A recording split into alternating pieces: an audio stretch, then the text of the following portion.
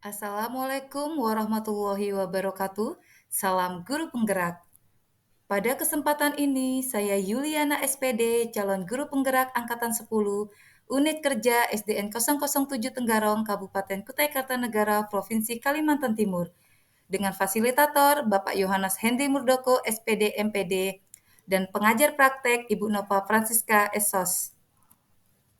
Pada video saya kali ini, yaitu tugas 1.1.A.8, koneksi antar materi, kesimpulan dan refleksi modul 1.1, akan memaparkan kesimpulan dan refleksi pemikiran Ki Hajar Dewantara. Saya akan merefleksikan diri saya melalui 3 pertanyaan pemantik berikut. Yang pertama, apa yang saya percaya tentang murid dan pembelajaran di kelas sebelum saya mempelajari modul 1.1?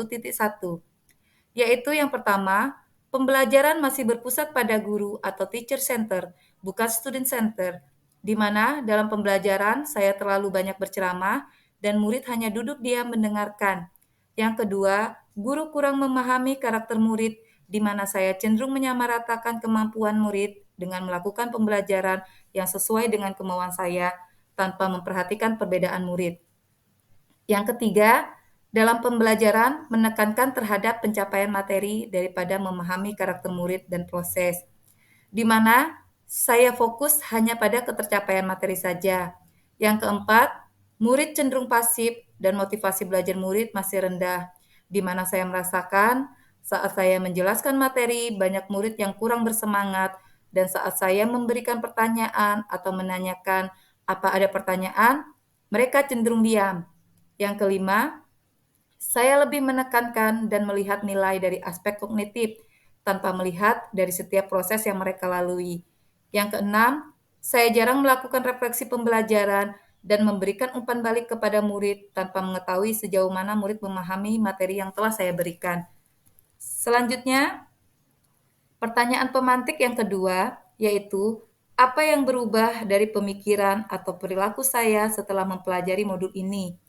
Yaitu yang pertama, merubah pemikiran saya bahwa guru bukan merupakan satu-satunya sumber belajar atau teacher center, tetapi pembelajaran berpusat pada murid atau student center, di mana proses pembelajaran yang menjadikan murid lebih aktif karena mereka terlibat dalam proses pembelajaran. Yang kedua, menghargai setiap karakteristik belajar murid karena setiap kebutuhan belajar murid berbeda-beda karena mereka mempunyai keunikan masing-masing. Yang ketiga, memberikan kesempatan kepada murid untuk bertumbuh sesuai dengan kodratnya. Dan setelah mempelajari modul 1.1 ini, merubah perilaku saya yaitu yang pertama, guru membuat suasana pembelajaran aktif dengan memberikan kebebasan kepada murid untuk menyelesaikan setiap tugas sesuai dengan minat, bakat, dan kreativitasnya masing-masing, yaitu memerdekakan murid. Yang kedua, guru dapat mengemas pembelajaran secara menarik agar motivasi belajar murid meningkat dengan menggunakan model atau metode dan media pembelajaran yang menarik. Yang ketiga, lebih cermat dan melihat bakat murid menuntun sesuai kodrat melalui observasi, wawancara, maupun melakukan pendekatan secara personal.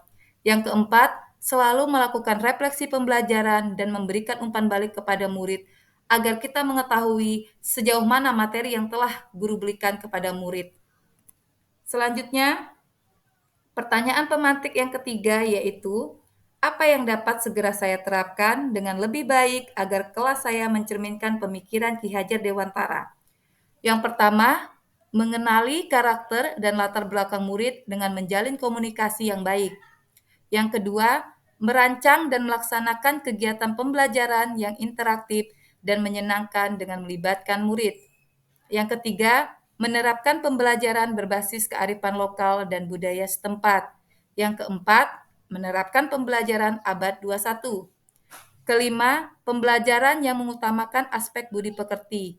Yang keenam, menerapkan sistem AMONG atau pendidikan yang menuntun bukan menuntut. Yang ketujuh, pembelajaran yang sesuai dengan kodrat alam dan kodrat zaman. Yang kedelapan, mengintegrasikan permainan dalam pembelajaran. Selanjutnya, dari pemaparan saya tadi dapat disimpulkan yang pertama, pendidikan adalah menuntun anak sesuai dengan kodrat alam dan kodrat zaman. Yang kedua, Pendidikan sejatinya adalah berhamba pada murid. Yang ketiga, pendidikan bukan hanya ilmu akademis saja, namun perlu penanaman budi pekerti yang baik. Demikian pemaparan dari saya tentang koneksi antar materi, kesimpulan, dan refleksi pemikiran Ki Hajar Dewantara. Terima kasih. Salam guru penggerak, tergerak, bergerak, menggerakkan. Wassalamualaikum warahmatullahi wabarakatuh.